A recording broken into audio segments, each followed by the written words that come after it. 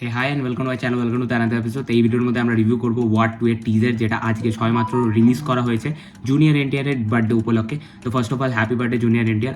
তো এই টিজারটা প্রথমেই স্টার্ট হয় এনটিআরের ভয়েস ওভার দিয়ে, এবং যেটা ভয়েস ওভারটার মধ্যে বোঝা যাচ্ছে এবং পুরো টিজারটা দেখে যেটুকুনি গল্পের লাইনটাই বুঝতে পারলো, এনটিআর ঋত্বিককে বিশালভাবে চ্যালেঞ্জ দিতে চলেছে এবং ঋত্বিকের থেকে এনটিআর কিছুভাবে একটা কবিরের থেকে কিছুভাবে বদলা নিতে চায়।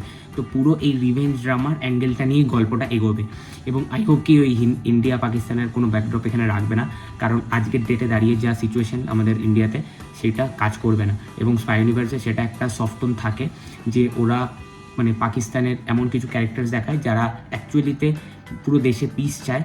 তো তারা ইন্ডিয়ার সাথে মিলে, যেরকম টাইগারে দেখো বা টাইগার সেকেন্ড পার্টটাতে বা টাইগার থ্রিতেও যেই টোনালিটিটা ছিল, সেটা আজকের ডেটে দাঁড়িয়ে কিন্তু ওয়ার্ক করবে না, কারণ আজকে আমরা অনেক অ্যাগ্রেসিভভাবে ভাবনা চিন্তা শুরু করে দিয়েছি। আমরা ওই পিস অ্যান্ড অল দোজ থিংয়ে বিলিভ করবো না।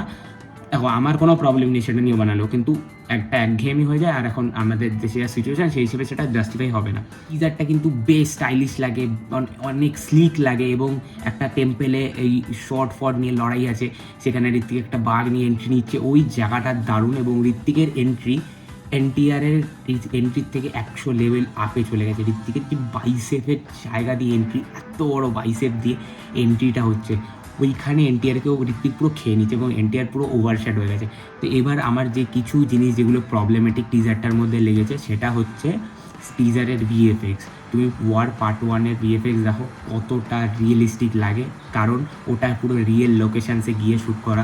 আর পাঠানে তুমি ভিএফএক্স দেখবে, পাঠানে কিন্তু ওয়ারেও একটা লাস্টে সিন ছিল যেখানে পুরো বরফের মধ্যে গাড়ি নিয়ে ঘোরাঘুরি করছে ওরা, ওই জায়গাটা অ্যাকচুয়ালিতে রিয়েলি শ্যুট করা বলে অতটা রিয়েলিস্টিক অথেন্টিক লাগবে।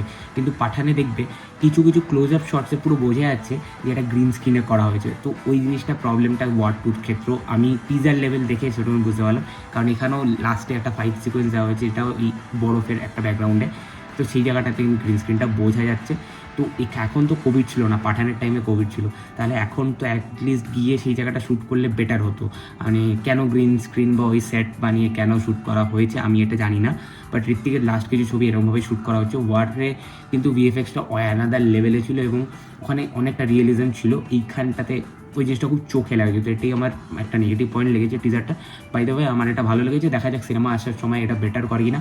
তোমাদের এই টিজারটা কেমন লেগেছে ডেফিনেটলি কমেন্টে, অনেক ভিডিও ভালো লাগে, তো লাইক শেয়ার সাবস্ক্রাইব রেড বাটনে প্রেস করে গ্রে করে দাও। টাটা।